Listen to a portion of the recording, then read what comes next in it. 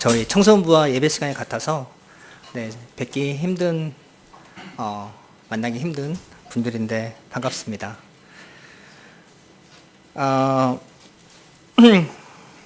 정중경 목사님께서 안식을 떠나시기 전에 박 목사님과 저에게 설교를 한 편씩 해야 된다고, 박 목사님 2편, 저는 한 편씩 해야 된다고 했을 때 그때부터 고민이 되기 시작했어요.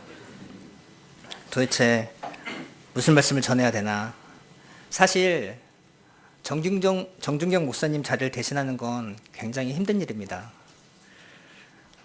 박 목사님이 참 대단하신 것 같아요. 3개월 동안 너무 이렇게 잘 인도해 주셔서 옆에서 많이 도전도 받고 많이 배우고 그랬습니다.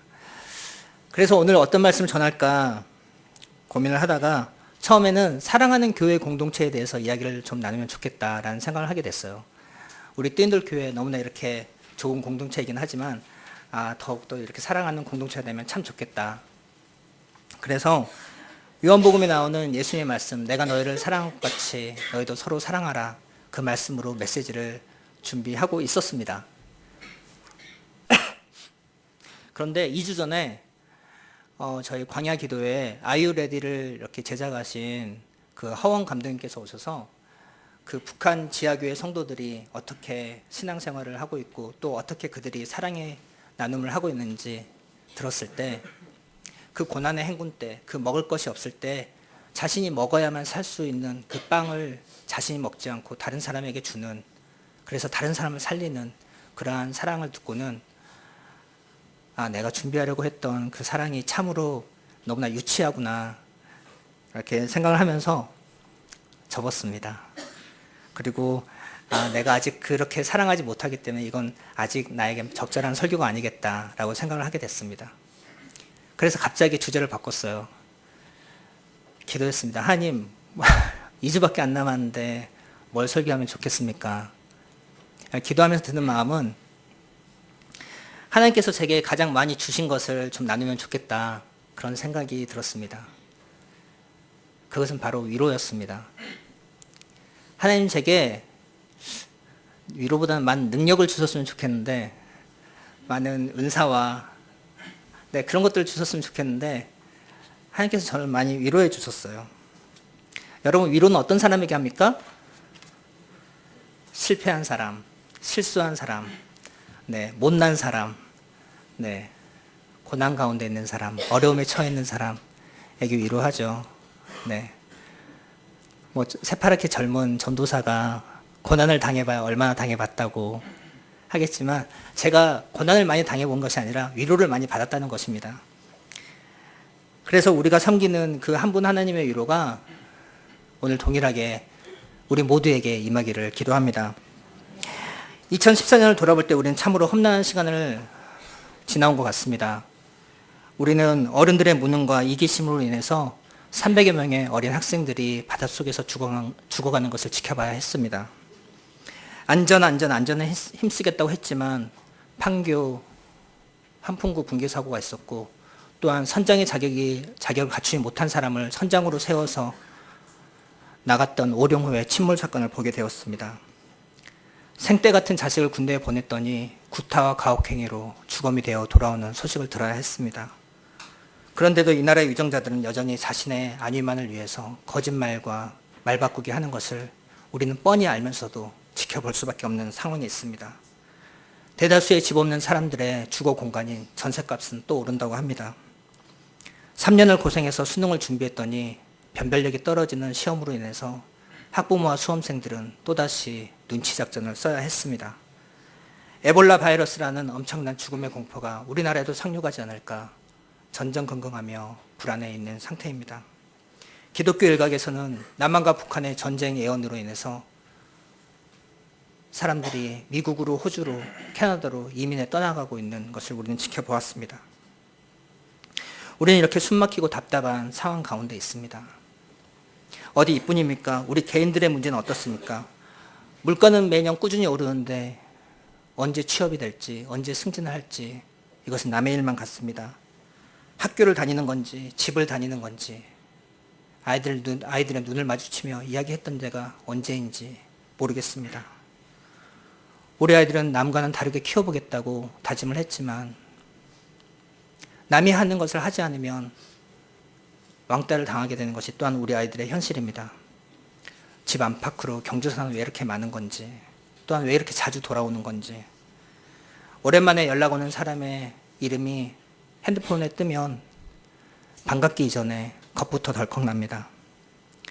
이러는 중에 집안의 가족이 아프기라도 한다면, 병이라도 걸린다면 또한 모든 것이 올스톱 되죠.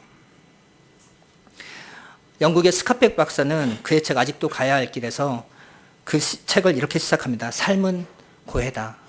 산다는 것은 힘든 것이다. Life is difficult. 이 단어로 시작을 합니다. 이것은 누구에게나 해당되는 진리입니다. 아무리 가진 것이 많건, 아무리 배운 것이 많건, 아무리 학식이 풍부하건 들은 것이 많건, 또한 어떠한 정의와 공의와 복지가 잘 구현된 사회에 산다 할지라도 산다는 것은 힘든 일입니다. 모든 인생은 고통 가운데 있습니다. 이렇게 고통의 바다를 항해하는 우리들에게 도대체 무엇이 위로가 될 수 있겠습니까? 세상에도 물론 위로가 있습니다. 함께 있어주고 함께 울어주고 이것이 얼마나 큰 위로인지 모르겠습니다. 좋은 음악과 문화를 즐기고 또한 가끔씩 시간을 내어 일상을 떠나 휴가를 즐기는 것이 얼마나 우리 삶에 큰 위로가 되는지 모르겠습니다. 하지만 이것은 감정적이고 피상적이고 일시적인 위로는 될 수 있을지 몰라도 우리 영혼을 근본부터 치유하는 그러한 영원한 치유는, 그 영원한 위로는 될 수가 없습니다. 그렇다면 하나님의 위로는 어떻게 올까요? 성경을 보면 하나님의 위로는 말씀으로 옵니다. 시편 119편 50절 말씀에 이 말씀은 나의 고난 중의 위로라 주의 말씀이 나를 살리셨기 때문입니다. 환난과 우환이 내게 미쳤으나 주의 계명은 나의 즐거움입니다. 이 시편 기자는 주의 말씀이 나의 고난 중의 위로가 됩니다. 환난과 우환이 내게 미쳤으나 주의 말씀이 나의 즐거움입니다. 이렇게 고백하고 있습니다. 이 시편 기자의 고백처럼 하나님의 말씀이 고난 가운데 있는 우리들 가운데 큰 위로가 되기를 기도합니다. 오늘 우리가 살펴볼 시편 142편은 다윗이 사울을 피해 그 아둘람 동굴로 도망했을 때 지은 시입니다. 다윗이라는 이름을 들으면 우리는 기부터 죽습니다.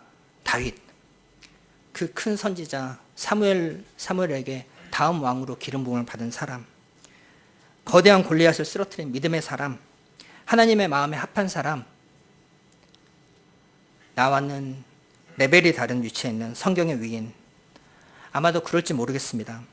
그런데 다윗을 찬찬히 성경에서 살펴보면 한 가지 발견할 수 있는 것은 다윗의 삶에는 기적이 한 번도 일어나지 않았습니다. 그의 조상 아브라함, 이삭, 야곱의 삶에는 우리가 볼 때 기적이라고 할 만한 것이 일어납니다. 하나님을 만나기도 하고 하나님으로부터 음성도 듣고 하나님의 지시를 받죠. 심지어 다윗 전의 왕 사울에게도 기적이 일어납니다. 다윗의 다음의 왕, 다윗의 아들 솔로몬에게도 기적이 일어납니다. 하지만 성경 구석구석을 살펴보아도 다윗의 삶에는 기적이 없습니다. 심지어 하나님의 음성도 듣지 못합니다. 다 선지자들이 와서 전해줄 뿐이죠. 다윗은 저와 여러분처럼 아주 평범한 사람이었습니다. 평범하다 못해 부족한 사람이었습니다. 심지어 다윗의 아버지조차도 다윗을 잊어버릴 정도로 다윗은 평범한 사람이었죠. 그는 우리처럼 기뻐 춤을 추기도 하였고 또는 깊은 죄에 빠져서 가슴을 치며 회개하기도 하였고 또한 뼈를 깎는 고통 가운데 몸부림치기도 하였습니다. 다윗의 이야기는 이 땅에 살고 있는 대부분의 사람들, 모든 평범한 남녀, 모든 이름 없는 서민들, 별 볼 일 없는 사람들, 변변치 못한 신분과 지위를 갖고 있는 사람들의 이야기이기도 합니다. 우리 모두가 알다시피 다윗은 어렸을 때 그 아버지와 형제들 앞에서 사무엘에게 기름 부음을 받습니다. 다음 왕으로. 그 기름 부음을 받았을 때 다윗은 자신의 삶에 대해서 어떤 기대를 하게 되었을까요? 그 큰 선지자 사무엘이 와서 너는 다음 왕이 될 거야. 기름을 붓습니다. 다윗의 마음이 막 요동치지 않았을까요? 아, 이제 나의 삶은 탄탄대로구나. 그런데 그의 삶은 그의 기대와는 전혀 다른 방향으로 흘러갑니다. 다윗은 사울에게 아무런 잘못도 하지 않았는데 단지 사울의 그 시기심으로 다윗은 죽음의 위협을 느끼며 쫓기는 신세가 됩니다. 그리고 사막으로 광야로 도망가죠. 아둘람 굴로 들어갑니다. 그래서 거기에서 그는 기도하게 되는 것입니다. 우리가 다윗의 이 기도문을 통해서 우리가 배울 수 있는 첫 번째 것은 하나님은 아신다는 것입니다. 우리 설교 시간에 이런 거 하는 거 익숙치 않지만 우리 한번 다 같이 따라해 봅시다. 하나님은 아신다. 감사합니다. 네. 우리 청소년부 아이들은 안 따라해요. 네, 참 좋네요. 네, 1절부터 3절을 보겠습니다. 내가 소리내어 여호와께 부르짖으며 소리내어 여호와께 간구하는도다. 내가 내 원통함을 그의 앞에 토로하며 내 우환을 그의 앞에 진술하는도다. 내 영이 내 속에서 상할 때에도 주께서 내 길을 아셨나이다. 내가 가는 길에 그들이 나를 잡으려고 올무를 숨겼나이다. 왜 다윗은 하나님께 부르짖고 있습니까? 바로 다윗은 지금 하나님의 자비를 구하는 것입니다. 지금 우리말 성경에는 나와 있지 않지만 히브리어 원문을 보면 1절 마지막에 카난이라는 동사가 쓰였어요. 이 카난이라는 동사는 호의를 구하다, 자비를 구하다는 말입니다. 즉 그러니까 내가 소리내어 여호와께 부르짖으며 소리내어 여호와께 자비를 구하는도다. 내가 지금 소리내어 여호와께 부르짖는 이유는 여호와의 자비가 필요하기 때문입니다. 난 심각한 위험에 처했습니다. 하나님 나에게 자비를 베풀어 주시옵소서. 지금 다윗은 바로 하나님께 달려가 소리내어 부르짖고 있는 것이죠. 2절에 내가 내 원통함을 그의 앞에 토로하며 내 우환을 그의 앞에 진술하는도다. 나의 원통함과 나의 우환과 고통을 하나님께 진술하고 있습니다. 물론 그 사막에 아무도 없었기 때문에 다윗은 사람보다도 하나님을 찾았을지도 모릅니다. 그런데 왜 다윗은 하나님께 다가가 자신의 고통에 대해서 이야기를 하고 있는 것입니까? 그것은 다윗은 알았기 때문입니다. 하나님이 아신다는 것을 알았습니다. 다윗은 하나님이 자신의 모든 상황을 알고 있다는 것을 알았습니다. 3절에 내 영이 내 속에 상할 때에도 주께서 내 길을 아셨나이다. 우리가 고통을 당할 때 하나님께서 그것을 아십니다. 우리는 고통 중에 혼자가 아닙니다. 세상에서 느낄 수 있는 가장 절박한 느낌 가운데 하나는 내가 고통당할 때 아무도 모른다는 거예요. 가까이 있는 누군가를 잃어버렸을 때 많은 사람들이 조문을 오지만 몇 년이 지나고 나면 조문을 왔던 대다수의 사람들은 대부분 잊어버립니다. 하지만 우리는 여전히 고통 가운데 있죠. 특별히 그의 생일이 되면, 그의 기일이 되면, 명절 때가 되면 그 사람을 그리워하게 됩니다. 저희 어머니는 저희 아버지가 돌아가신 지 8년이나 되었는데도 아직까지 슬퍼하고 계십니다. 아직도 잊지 못하고 계세요. 불효자인 저희 누나들과 저는 아버지 생각 가끔 하긴 하지만 뭐 이렇게 심각하게까지 안 하는데 지금도 아버지 이야기하면 눈시울을 적시고 그때가 그립다면서. 아버지가 돌아가시기 전에 7년을 누워 계셨거든요. 7년을 어머니가 병수발을 하셨어요. 근데 차라리 병수발을 할지언정 살아계시는 게 낫다. 지금도 이렇게 뭐 명절이 되거나 그러면 항상 아버지 생각에 이렇게 눈시울을 적시고 합니다. 그 마음을 누가 알겠습니까? 하나님이 아시죠. 그런데도 우리는 또한 동시에 이것이 상당히 모순인데 우리는 남이 내 고통을 알지 못하는 것에 마음 아파하면서도 또한 우리는 우리의 고통을 남에게 알리기를 싫어합니다. 우리의 고통과 어려움과 슬픔을 남이 알기를 원하지 않아요. 왜냐하면 다른 사람이 알게 되면 내가 나를 다르게 대할 것이기 때문에. 우리나라를 포함한 아시아 문화권에서는 어떻게 보이는지가 중요합니다. 그래서 할 수만 있으면 아픔과 고통과 슬픔과 실수 이런 것들은 알려지게 되기를 원치 않죠. 문제가 있어도 없는 듯, 아파도 안 아픈 듯, 고통해도 괜찮은 듯 마스크를 씁니다. 크리스천들은 더하죠. 크리스천들은 고난이 임하면 믿음이 부족하기 때문이야. 그런 말 듣지 않습니까? 왜 그렇습니까? 우리는 사람들이 조건적으로 사랑한다는 것을 알고 있기 때문이에요.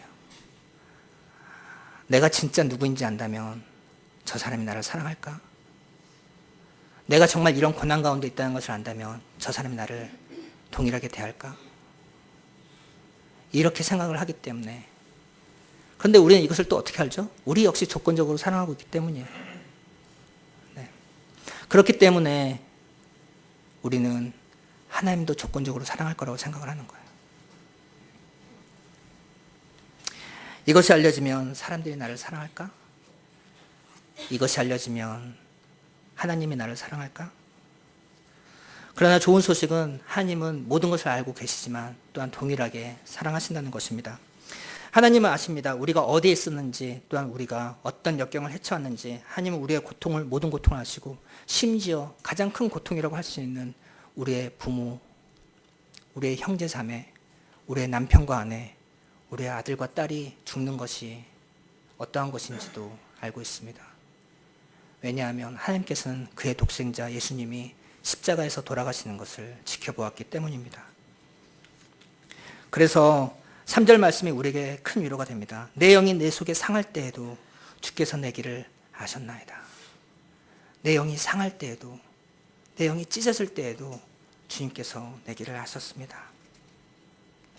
우리는 때로 처절한 외로움을 느끼게 될지 모르겠습니다. 하지만 우리는 혼자가 아닙니다. 하나님께서 거기 계십니다. 예수님께서 약속하셨습니다. 내가 세상 끝날까지 너희와 항상 함께 있으리라. 내가 너희를 결코 떠나지 아니하리라. 결코. 우리가 난 혼자라고 느낄지 모르지만 이것은 진리가 아니에요. 하나님께서 언제나 함께 하십니다. 하나님은 우리가 어떤 상황에 있는지 아십니다. 하나님은 우리가 무엇을 했는지도 아시고 우리의 마음을 사로잡고 있는 것이 무엇인지도 아십니다. 하나님은 우리의 모든 것을 아십니다. 우리의 생각과 삶과 우리의 행동과 모든 것을 아십니다. 그러나 동일하게 여전히 우리를 변함없이 사랑하고 계시는 분이시죠. 그래서 우리는 하나님께 어떤 것이든 이야기할 수 있는 것입니다. 그분의 사랑이 변하지 않을 것이기 때문에, 그리고 또한 이미 알고 있기 때문에 하나님께 나아가 하나님, 나의 모든 것을 이야기할 수가 있는 것이죠. 왜냐하면 감출 것이 없기 때문입니다. 두 번째로 하나님은 아시기만 하는 것이 아니라 하나님은 돌보시는 분이십니다. 따라합시다. 하나님은 돌보십니다. 4절에 오른쪽을 살펴보소서. 나를 아는 이도 없고 나의 피난처도 없고 내 영을 돌보는 이도 없나이다. 다윗은 절규합니다. 나를 아는 사람도 없고 내가 피할 피난처도 없고 나를 돌보는 사람도 없습니다. 나를 돌보는 사람이 없습니다. 제 아내는 요즘 가끔 제가 변했다면서 뭐라고 합니다. 예전엔 따뜻하게 일어나면 안부를 묻곤 했는데 요즘엔 너무 이렇게 안 묻는다는 거예요. 네. 일주일 전에 저희 둘째가 열경련 증상이 있어서 응급실에 다녀왔습니다. 근데 병원에 다녀왔는데도 애가 밤새 낑낑거리면서 잠을 못 자는 거예요. 그러니까 같이 자고 있는 아내도 밤새 이렇게 잠을 못 잤던 거죠. 그런데 아침에 일어났는데 콜콜 옆에서 혼자 잘 자던 남편이 밤새 고생했지? 너무 수고 많았어. 이런 말 한마디 없으니까 너무나 이렇게 서운했던 거예요. 그래서 이 무정한 사람, 네, 이야기를 합니다. 우리는 정보가 넘쳐나는 시대에 살고 있습니다. 우리는 스위치만 켜면 스마트폰, 인터넷, 또한 쏟아지는 책들로 인해서 30여 년 전에 비해서 훨씬 더 많은 것을 알고 있습니다. 더 많은 정보를 얻을 수가 있게 돼서 아는 것은 많아요. 하지만 마음의 열정이 사라졌어요. 사람에 대한 관심이 사라졌어요. 가족 간의 대화가 사라지고 친구들 간의 우정이 옅어지고 연인들 간의 헌신이 시들해졌어요. 모두 다 스마트폰만 이렇게 보고 다녀요. 아는 것은 많지만 너무나 외로운 시대가 되었습니다. 스마트폰에 저장된 전화번호는 많은데 막상 전화할 사람이 없어요. 저만 그렇습니까? 네, 공감을 좀 해주세요. 저만 그런 거군요. 네. 전화할 사람이 없어요. 몇백 개가 있는데 전화번호가. 아는 것이 전부가 아닙니다. 네, 돌보는 마음이 있어야 돼요. 알기는 알아도 돌보는 마음이 없는 사람과 함께 산다는 것은 어쩌면 혼자 사는 것보다 더 처절하게 외로운 것일지도 모르겠어요. 무신경한 사람에게는 아무리 고함 쳐도 그래서 뭐 할 수 있다는 거죠. 그래서 여기서 잠깐 홍보를 하겠습니다. 청소년부 교사를 구합니다. 지금 청소년부 얼마나 청소년들 얼마나 돌봄과 사랑과 관심과 애정이 필요한 시기입니까? 여러분의 사랑이 필요합니다. 여러분의 자식들입니다. 오셔서 아이들에게 관심을 나타내 주시고 내가 너를 관심 갖고 있다. 내가 너를 신경 쓰 너를 위해 기도하고 있다. 라고 말해 줄 수 있는 분들 지원해 주십시오. 그래서 우리 청소년부가 뭐 성경 잘 몰라도 괜찮아요. 애들은 더 몰라요. 그러니까 애들 위해서 관심 갖고 시간 내서 이렇게 기도해 줄 수 있는 분들은 지원해 주시기 바랍니다. 다시 돌아오겠습니다. 하나님은 아십니다. 하나님 모든 것을 아세요. 하나님은 말씀하세요. 내가 너의 모든 것을 알고 있다. 내가 처한 상황과 너가 받았던 상처와 거절감과 그 아픔과 고통이 어떠한 것인지 알고 있다. 하지만 나는 알 뿐만 아니라 너를 돌보고 있다. 너에게 관심을 갖고 있다. 너에게 신경을 쓰고 있다. 너는 내 마음에 있다. 우리는 그 누구도 나를 신경 쓰고 있지 않아. 나를 돌보는 사람은 아무도 없어라고 말할지 모르겠어요. 하지만 이것은 사실이 아닙니다. 그래서 우리는 우리의 믿음을 우리가 느껴지는 것에 느낌에 우리의 믿음을 기반을 두는 것이 아니라 진리의 말씀에 기반을 둬야 돼요. 베드로전서 5장 6절에서 7절을 보면 그러므로 하나님의 능하신 손 아래서 겸손하라. 때가 되면 너희를 높이시리라. 너희 염려를 다 주께 맡기라. 이는 그가 너희를 돌보심이라. 베드로 사도는 왜 우리들의 염려를 다 주께 맡기라고 합니까? 바로 하나님께서 돌보시기 때문에. 하나님께서 돌보실 것이기 때문에 너희 염려를 다 주께 맡기라고 합니다. 여기서 맡기라로 번역된 헬라어 원문은 에피립토라는 말인데 이 말은 이렇게 두 손을 들어서 맡기는 그런 게 아니에요. 이것은 던지다라는 말입니다. 하나님께 던지다라는 말입니다. 하나님께 던지십시오. 그분에게 말하세요. 그분에게 여러분의 모든 고통과 애환과 슬픔과 걱정과 염려와 근심을 쏟아 놓으세요. 여러분이 신경 쓰는 모든 것을 토로하세요. 여러분이 신경 쓰는 것을 하나님도 신경을 쓰십니다. 어떤 것도 하나님께 말하기에 사소한 것이 없습니다. 여러분이 관심 있는 것에 하나님도 관심이 있습니다. 이것을 제가 어떻게 하냐면 저는 지극히 타락한 이기적인 죄인인데도 제 아들 은결이가 발가락에 낀 가시 가지고 낑낑거린다면 저는 신경을 쓸 거예요. 은결이가 신경 쓰는 것에 제 신경이 갈 거예요. 은결이 문제는 제 문제예요. 이 죄인이며 이기적인 이 사람도 그러한데 하물며 정말 완벽하시고 사랑이 풍성하신 하나님의 아버지가 우리들이 낑낑거리는 것에 신경 쓰지 않겠습니까? 여기서 어떤 분들은 나는 이제 그렇게 어리지가 않아. 내 문제는 하나님께서 이제 내가 알아서 하기를 원하지 않을까? 우리가 성인에게 기대하듯이, 성인 자녀들에게 기대하듯이 그러기를 원하지 않을까라고 하실 분들이 계실 수도 있으실지 모르겠어요. 정말 그럴까요? 정말 하나님과 우리의 관계를 마치 그 어른 아빠와 성인 아빠와 아이들의 관계에 비유한다면 우리는 아마 2살배기도 안 될 겁니다. 그 전능하신 하나님 앞에서 우리가 아무리 나이가 많고 또한 성숙하고 연륜이 많다 할지라도 여전히 우리는 하나님 앞에 어린아이인 거죠. 그래서 우리가 낑낑거리고 있는 문제는 하나님의 문제이기도 합니다. 우리의 문제는 하나님의 문제입니다. 세 번째로 하나님은 들으십니다. 따라합시다. 하나님은 들으신다.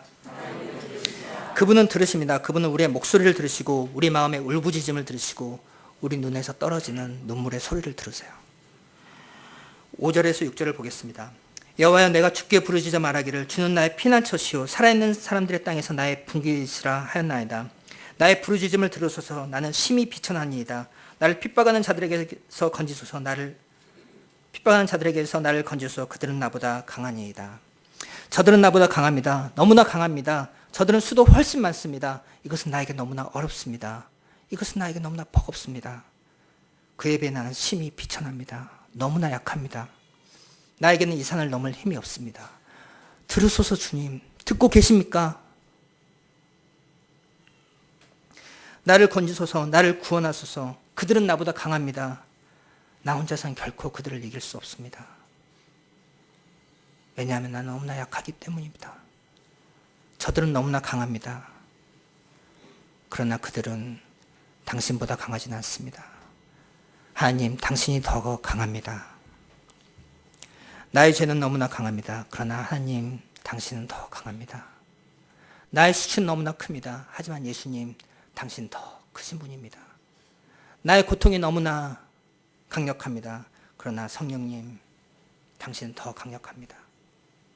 이것이 우리가 믿는 하나님입니다. 우리의 죄보다 강하고 우리의 수치보다 훨씬 크고 우리가 당하는 어떤 고통보다도 더 강력한 분이 우리가 믿는 하나님입니다. 바로 그분이 우리의 피난처가 되시는 거죠. 바로 그 하나님께서 듣고 계십니다. 하나님께서 그 자녀들의 목소리를 들으시고 그 자녀들의 마음의 울부짖음을 들으시는 분이십니다. 출애굽기 6장 7절에 보면 여호와께서 이르시되 내가 애굽에 있는 내 백성의 고통을 분명히 보고 그들이 그들의 감독자로 말미암아 부르짖음을 듣고 그 근심을 알고. 이스라엘 백성의 고난 가운데 있는 것을 하나님께서는 보고 듣고 압니다.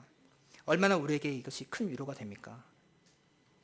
우리가 어떤 상황에 있는지 하나님께서 보고 계십니다. 하나님께서 듣고 계세요. 그리고 하나님께서 알고 계십니다.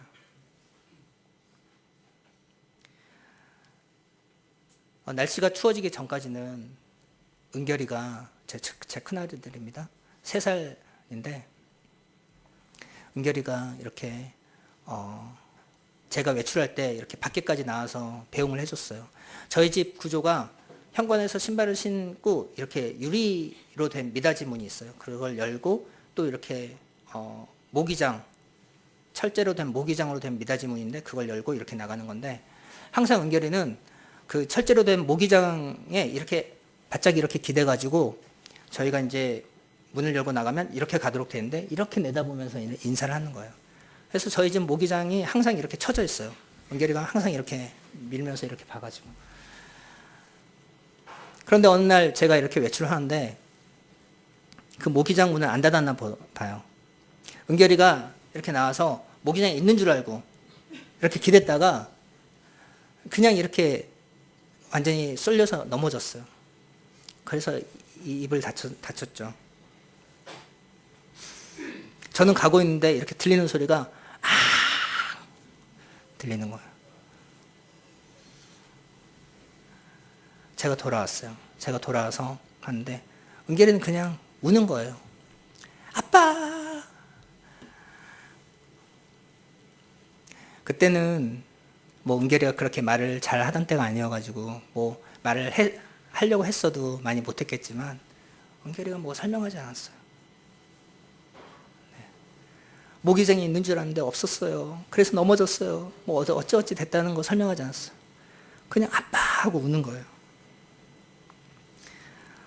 제가 가서 안아주고 달래주고 그래서 울음이 그쳤습니다. 어떤 때는 굳이 설명이 필요 없어요. 그냥 아빠가 필요한 거죠. 아이가 다쳤을 때 아빠가 이렇게 안아주는 것이 아이에게 큰 위로가 됩니다. 물론 여전히 고통은 있죠. 여전히 아프죠. 하지만 아빠가 이렇게 안아줄 때 아이에게 치유가 시작이 되는 것입니다.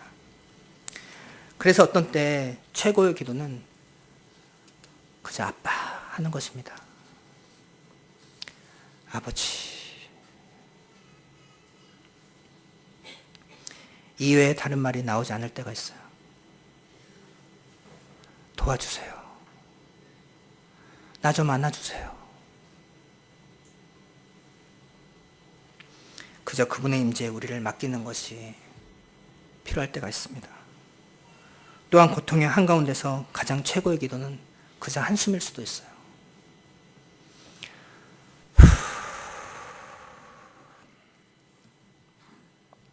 어떤 말도 할 수 없을 때, 어떤 말도 나오지 않을 때, 정말 하나님 앞에 앉아서 긴 한숨을 이렇게 내쉴 때, 하나님은 그 한숨 속에 섞인 우리의 마음을 들으시는 거죠.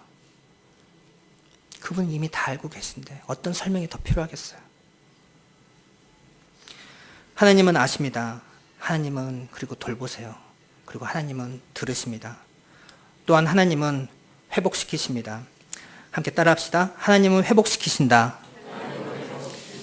7절에 보겠습니다. 내 영혼을 옥에서 이끌어내사 주의 이름을 감사하게 하소서. 주께서 나에게 갚아주시리니 의인들이 나를 두르리이다. 하나님은 갇힌 사람에게 자유를 주십니다. 다윗은 감옥에 있는 것이 아니었어요. 다윗은 동굴에 있었죠. 그런데 7절에 보면 내 영혼을 옥에서 이끌어내 주십시오. 지금 감옥에 갇혀 있는 것과 같은 거예요. 고통의 시간에 우리는 때로는 감옥에 갇힌 것 같은 느낌을 받습니다. 왜냐하면 마음의 여유가 없기 때문이에요. 너무나 답답하기 때문에 우리의 생각과 행동이 올무에 매입니다. 죄수처럼 마치 노예처럼 묶여 있는 것이에요. 그런데 하나님은 그 결박을 끊고 우리를 자유케 하시는 분이십니다. 그런데 감옥에서 나오려면, 감옥에 갇혀 있는 사람을 꺼내려면 꺼내주려는 자와 나오려는 사람이 호흡이 좀 맞아야 돼요. 그러지 않겠어요? 꺼내주려는 사람은 열심을 다해서 꺼내주고 있는데 기껏 꺼내놨더니 그 사람이 다시 감옥으로 기어 들어간다면 그 감옥에서 나올 수가 있겠어요?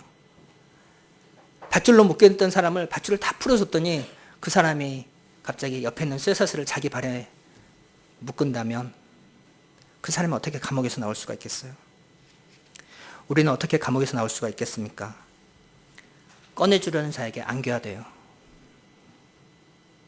최소한 꺼내주려는 자의 손이라도 잡아야 돼요. 그래야 감옥을 나올 수가 있는 것입니다. 우리가 하나님으로 충분히 채워질 때 자유해지는 것입니다. 우리를 붙잡고 있는 것을 자꾸 떼려고 하는 것이 아니라 이 고통, 이 환난, 이 어려움, 이것만을 묵상하다 보면 이것이 더 깊숙이 우리 가운데 들어오죠. 고통의 실제보다도 더 커 보이는 것입니다. 하지만 하나님을 우리 가운데 채울 때 우리가 자유해지는 것이죠. 자유라고 하는 것은 내가 하나님께 속했기 때문에 세상의 그 어떤 것도 나를 올가맬 수 없는 상태를 이야기하는 것입니다. 성령이 우리의 내면을 채우면 다른 것이 우리의 내면을 채울 수가 없는 것이죠. 하나님으로 채운다고 하는 것은 우리가 현실을 떠나 환상 가운데 사는 것을 의미하지 않습니다. 성경에 하나님과 동행했던 많은 사람들은 오히려 현실을 직시하고 현실을 꿰뚫고 갔던 사람들이에요. 하나님의 임재 안에 있기 때문에 이 고통스러운 현실을 뚫고 갈 힘이 생기는 것입니다. 현실의 폭풍 한가운데서 내 인생이라는 배의 방향키를 최고의 선장이신 하나님께 맡겨드리는 거죠. 하나님께서 우리를 그 폭풍 가운데서 이렇게 쏙 빼오지 않습니다. 우리와 함께 그 폭풍 속을 뚫고 지나가는 것이죠. 어떤 사람들은 인생의 고난의 이유에 대해서 설명을 원하는 사람들이 있습니다. 사실 저도 그래요. 어려움이 찾아올 때 이 어려움이 왜 내게 온 것인지 알기 원해요. 그래야 뭐 감당이라도 좀 하지. 그런데 믿음은 설명이 아닙니다. 인생의 상황이 어려워지면 하나님 내가 왜 이 상황에 처했습니까? 하나님 이 고통이 어떻게 해서 온 것입니까? 내가 무엇을 해야 벗어날 수가 있겠습니까? 하나님 이 고난의 이유를 설명해 주십시오. 하나님 이 고난 이후에는 무엇이 오겠습니까? 라고 하지만 믿음은 설명이 아니고 믿음은 해명이 아니고 믿음은 논증이 아닙니다. 어느 순간 가면 믿음은 그냥 선포하는 것입니다. 시편에 보면 하나님 저 죽을 것 같아요. 하나님 너무나 힘듭니다. 너무나 괴롭습니다. 하나님 어떻게 좀 해주세요. 라고 이렇게 시작하는 시들이 마지막에 가면 내 영혼아 깨어 일어날지어다. 내 속에 있는 모든 것들아 여호와를 송축할지어다. 내가 여호와께 감사하며 지존하신 여호와의 이름을 찬송할지로다. 내가 여호와를 찬송하리니 이는 주께서 나에게 베푼 은덕이 크심이로다. 이렇게 찬양하며 끝나는 시들이 얼마나 많은지 몰라요. 인생의 고난의 문제, 그것이 설명되면 사라집니까? 여전히 고난이죠. 인생의 고통의 시즌, 그것이 설명되면 그 시즌이 끝납니까? 여전히 고통의 시즌이에요. 하지만 중요한 것은 고난의 시즌이 지나고 당신에게 새로운 자유의 시즌이 올 것이라는 하나님이 말씀하실 때 그것을 믿음으로 받고 내 삶에 선포하는 것입니다. 그것을 믿으면 고난을 감당할 능력이 생기는 거죠. 끝이 보이지 않는 고난의 터널을 지나갈 힘이 생기는 것입니다.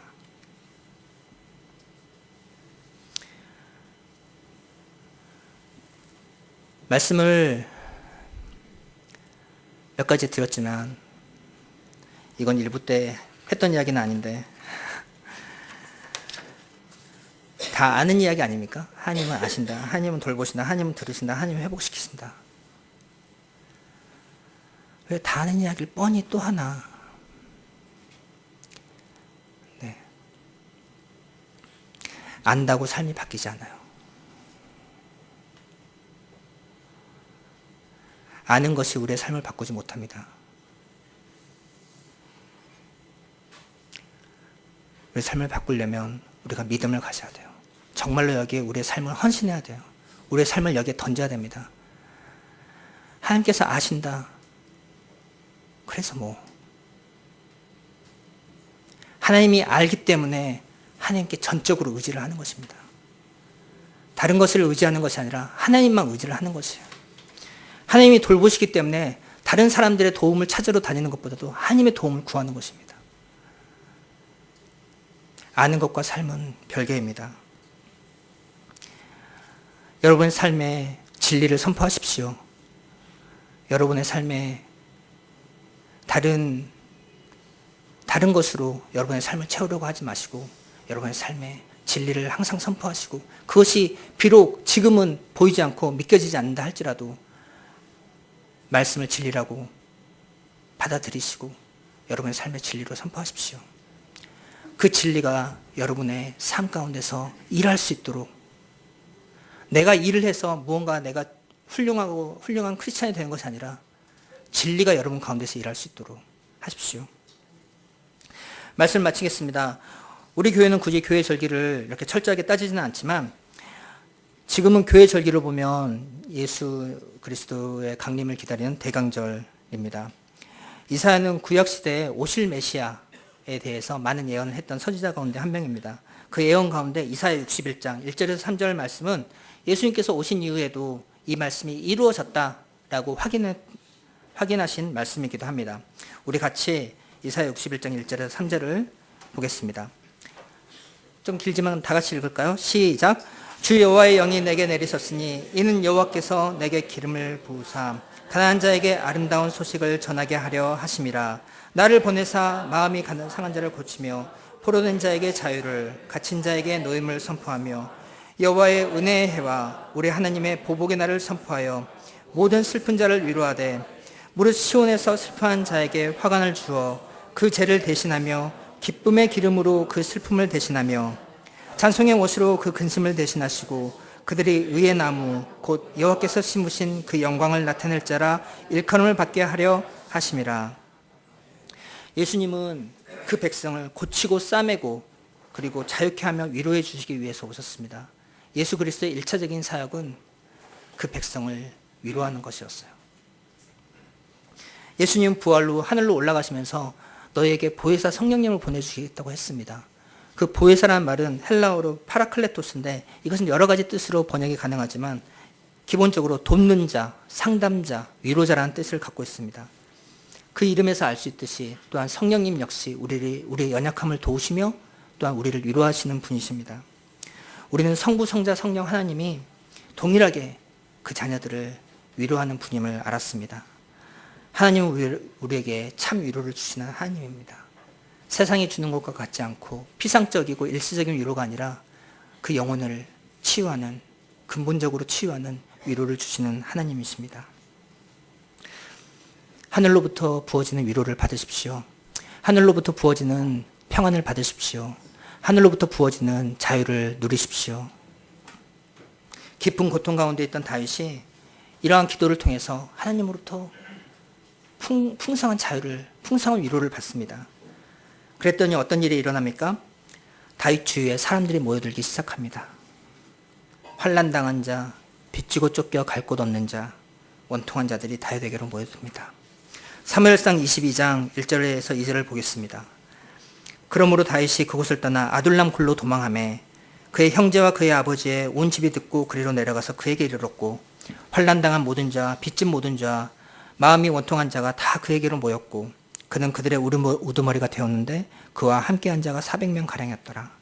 하늘로부터 부어지는 위로를 받았더니 다윗은 다른 사람을 위로할 수 있는 사람이 되었어요. 하나님께서 우리에게 다른 사람을 위로하기 위해서 고통이나 환난을 허락하시는 것은 아닙니다. 그런 것은 아니에요. 하지만 고통 중에서 하나님의 위로를 경험한 사람은 다른 사람을 위로할 수 있게 되는 것이죠. 하늘로부터 부어지는 위로를 받으시고 이 상처 많은 세상을 위로하시는 저와 여러분이 되기를 축복합니다. 우리 같이 찬양하시고 기도하겠습니다. 내 이름 아시죠?